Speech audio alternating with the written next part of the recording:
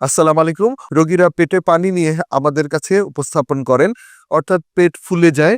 পেট ফুলে যাওয়ার সাথে পা ফুলে যায় এরকম অবস্থা নিয়েও আসতে পারেন বা শুধুমাত্র পেট ফুলা নিয়ে আমাদের কাছে আসেন। তো পেট ফুলা নিয়ে যখন আমাদের কাছে আসেন অর্থাৎ পেটটি বড় হয়ে যায় স্বাভাবিক অবস্থার তুলনায়। দেখা যায় তার প্যান্ট পরতে অসুবিধা হয় কিংবা আগেই যেই মাপে তিনি লুঙ্গি পরতেন বা পায়জামা পরতেন তার চেয়ে বেশি মাপ লাগছে এবং দেখা যায় যে রোগীর অস্বস্তি লাগছে, তার খাওয়া, বসা, চলাফেরা করতে অস্বস্তি লাগছে, শুতে অসুবিধা লাগছে।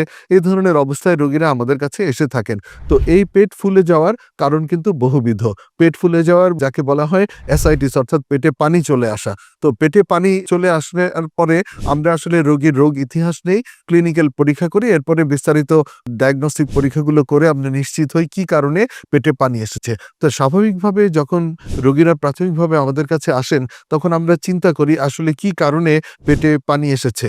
আমাদের দেশে পেটে পানি আসার 2/3 বা 3/4 কারণ হলো লিভার সিরোসিস অর্থাৎ প্রায় 75% ক্ষেত্রে দেখা যায় লিভার সিরোসিসের কারণে পেটে পানি আসে। এছাড়া কিছু অন্যান্য রোগের কারণেও কিন্তু পেটে পানি আসে। যেমন হার্ট ফেলিউরের কারণে পেটে পানি আসে, যক্ষ্মার কারণে পেটে পানি আসে, কিডনি ফেলিউরের কারণে পেটে পানি আসে কিংবা ইন্ট্রাঅ্যাবডোমিনাল ম্যালিগন্যান্সি অর্থাৎ পেটের মধ্যে কোনো কারণে যদি ক্যান্সারের আবির্ভাব ঘটে সেক্ষেত্রেও কিন্তু পেটে পানি আসে। তবে লিভারটি যখন সম্পূর্ণরূপে নষ্ট হয়ে যায় এবং লিভারের কার্যপরিধি ব্যাপকরূপে হ্রাস ঘটে এবং বিশেষ করে লিভার যখন অ্যালবুমিন তৈরি করতে পারে না তখনই কিন্তু পেটে পানি চলে আসে এবং একই সাথে পেটের সাথে পায়েও কিন্তু পানি চলে আসে।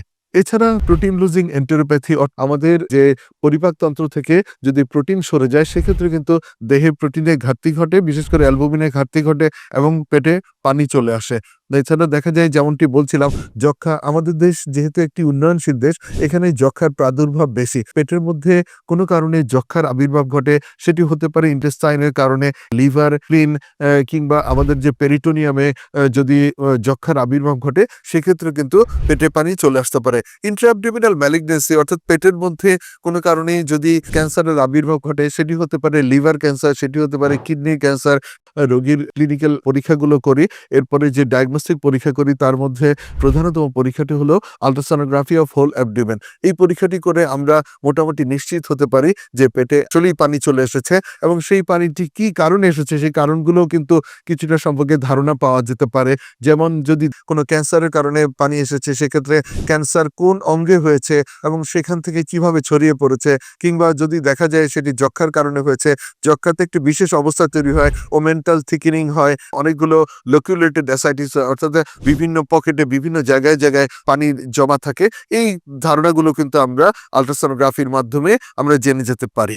এরপরে আমরা যেটি করি পেটের পানিটি আল্ট্রাসোনোগ্রাফি গাইডেড অথবা সরাসরি আমরা বের করে নিয়ে এসে পরীক্ষা করতে দেই, ল্যাবরেটরি পরীক্ষা। সেই ল্যাবরেটরি পরীক্ষা খুব সহজে আমরা জেনে নিতে পারি পেটে কি কারণে পানি এসেছে এবং সেই অনুযায়ী চিকিৎসা করি। আর লিভার সিরোসিস হলে পরে পেটে পানি এলে সেটি আমরা খুব সহজ নির্ণয় করতে পারি, কেননা দীর্ঘমেয়াদে লিভার সিরোসিস হলে পরে আগে থেকেই জানা যায় তার ক্রনিক হেপাটাইটিস বি কিংবা সিতে আক্রান্ত কিনা সেই রোগী, এবং রোগীর ফেসিস দেখে, তার রোগীর চেহারা দেখে, তার মুখমণ্ডল দেখে আমরা ধরতে পারি তার পেটে পানি আসার কারণ।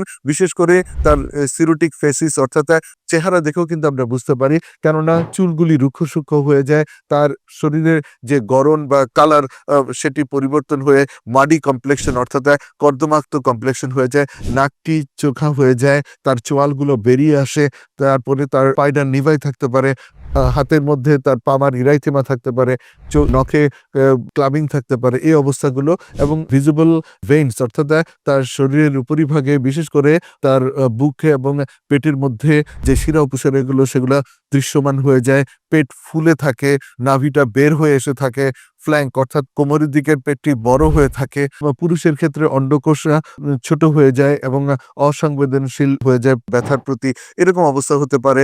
নারীর ক্ষেত্রে দেখা যায় স্তন খর্বাকৃতি হয়ে যায় এবং পুরুষের ক্ষেত্রে দেখা যায় স্তন বড় হয়ে যায়, গাইনোকোমেশিয়া।